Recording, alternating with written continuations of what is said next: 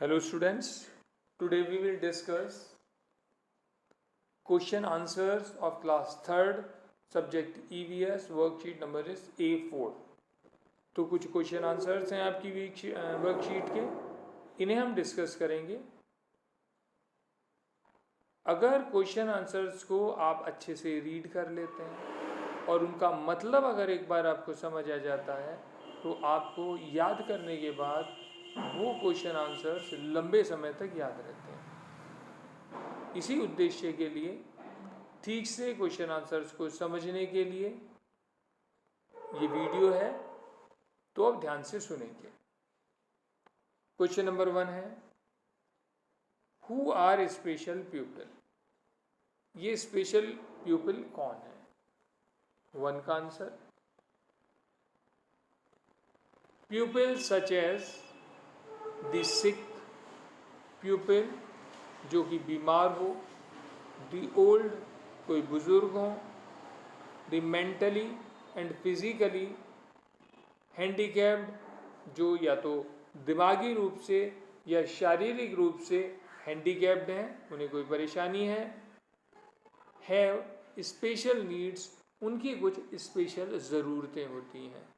सच प्यूपिल और called special प्यूपिल, इन लोगों को स्पेशल प्यूपिल कहा जाता है, स्पेशल खास लोग कहा जाता है। क्वेश्चन नंबर 2 है, what do you know about Louis Braille. Louis Braille के बारे में आप क्या जानते हैं? Louis Braille a French boy. Louis Braille क्या है? एक फ्रेंच बॉय था।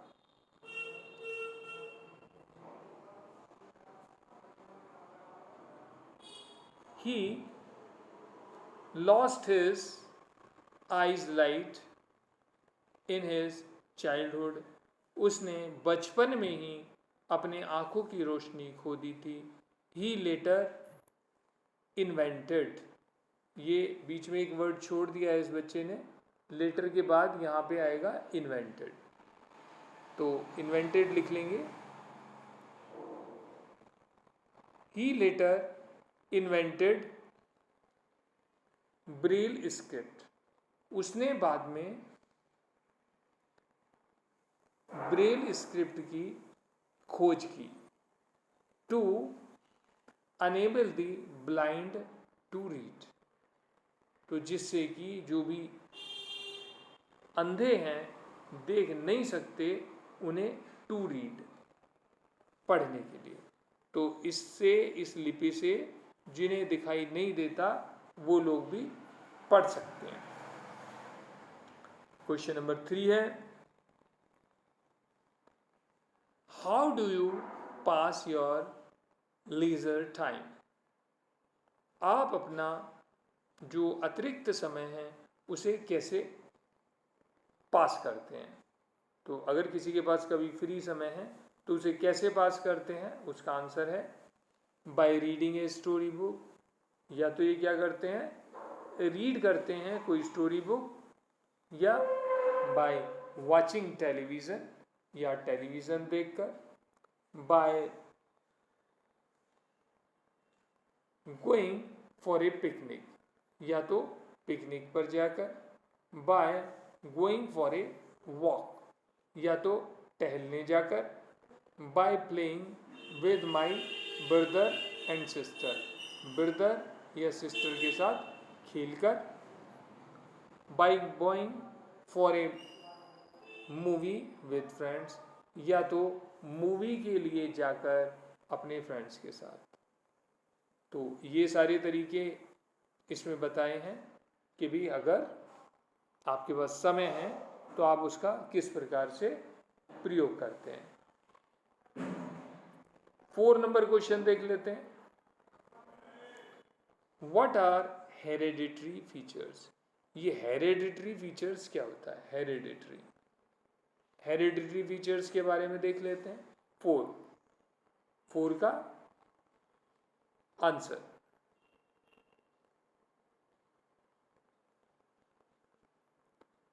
सिमिलरिटीज। ये जो फर्स्ट एस है इसे हमेशा कैपिटल बनाना चाहिए, स्मॉल नहीं बनाए।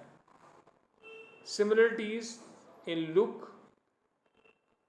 अगर कोई सिमिलरिटी है देखने में, हैबिट्स में, या तो एटीट्यूड्स में, व्यवहार में, देखने में हो, आदत में हो या व्यवहार में, that pass from one generation to another, जो पास होती हैं वन जनरेशन से दूसरी जनरेशन में, एक जनरेशन से दूसरी जनरेशन में, और कॉल्ड, उन्हें बोलते हैं हेरेडिटरी फीचर्स। तो ये हेरेडिटरी फीचर्स होते हैं। तो आपको समझ में आ गया होगा हेरेडिटरी फीचर्स का क्या मतलब है। जो आदतें या जो भी चीज़ें एक जनरेशन से दूसरी चीज जनरेशन में आगे ट्रांसफ़र होती हैं, उन्हें हेरेडिटरी फीचर्स बोला जाता है। यहाँ तक कि अगर बीमारियाँ भी ट्रांसफ़र होती हैं तो वो भी हेरेडिटरी फीचर्स में ही आती हैं।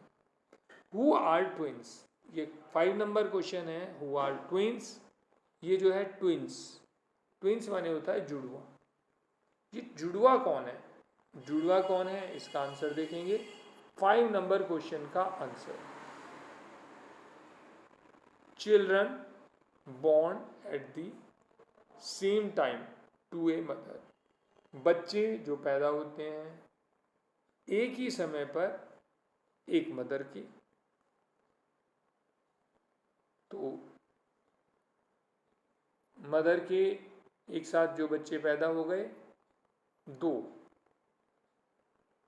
तो उन्हें बोला जाता है और कॉल्ड ट्विंस, इन्हें बोलते हैं ट्विंस।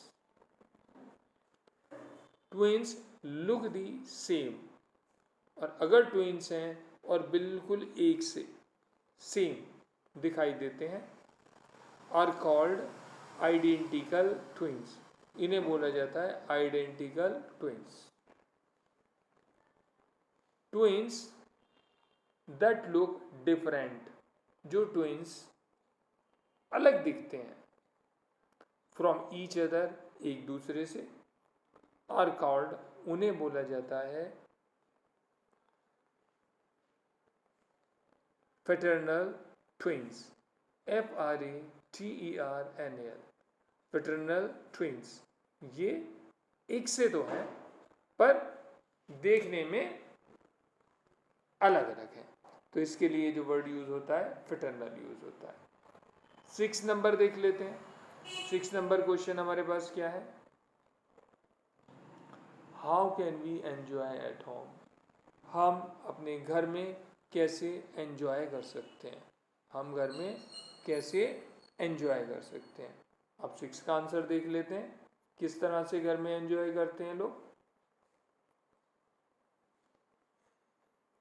6, फिर यहाँ पर फर्स्ट वर्ड जो है हमेशा वी कैन, ये जो फर्स्ट है इसका वी का W जो है वो कैपिटल बनेगा।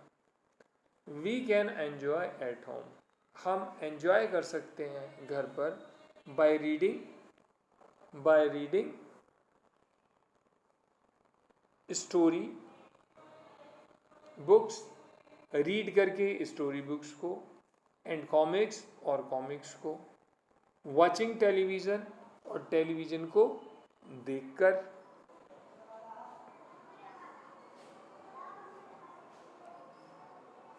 टेलीविज़न, लिसनिंग टू म्यूज़िक, और म्यूज़िक को सुनकर, लिसनिंग टू म्यूज़िक और म्यूज़िक सुनकर। आई होप ये क्वेश्चन आंसर्स आपको अच्छे से समझ आ गए होंगे। एक बार में समझ ना आए तो इन्हें बार बार आप सुन लें। बार बार सुनने से आपको क्या होगा कि ये क्वेश्चन आंसर्स आपको इनका जो मतलब है वो तो 1-2 बार सुन के याद हो जाएगा। उसके बाद जब आप याद करना शुरू करेंगे और आप अच्छे से इंग्लिश में क्वेश्चन को रीड करेंगे, इंग्लिश में उसे आंसर को रीड करेंगे, तो आप देखेंगे मतलब तो आपको पता है ही पहले से, अब सिर्फ याद करना रह जाता है, तो वो याद भी जल्दी होगा। इसके अलावा लंबे समय तक वो आपको चीज़ याद रहेगी। जैसे ही ये क्वेश्चन आपके सामने आएगा, इसका एकदम से मतलब आपके दिमाग में सेट होएगा, याद आ जाएगा और उसके साथ ही आपके पास आंसर भी आपको याद आ जाएगा। अच्छे से याद करने के लिए आपको ये क्वेश्चन और आंसर का अगर मतलब आपको पता लग जाए तो ये निश्चित रूप से आपके लिए हेल्पफुल रहेगा। अगली वीडियो तक के लिए थैंक यू वेरी मच।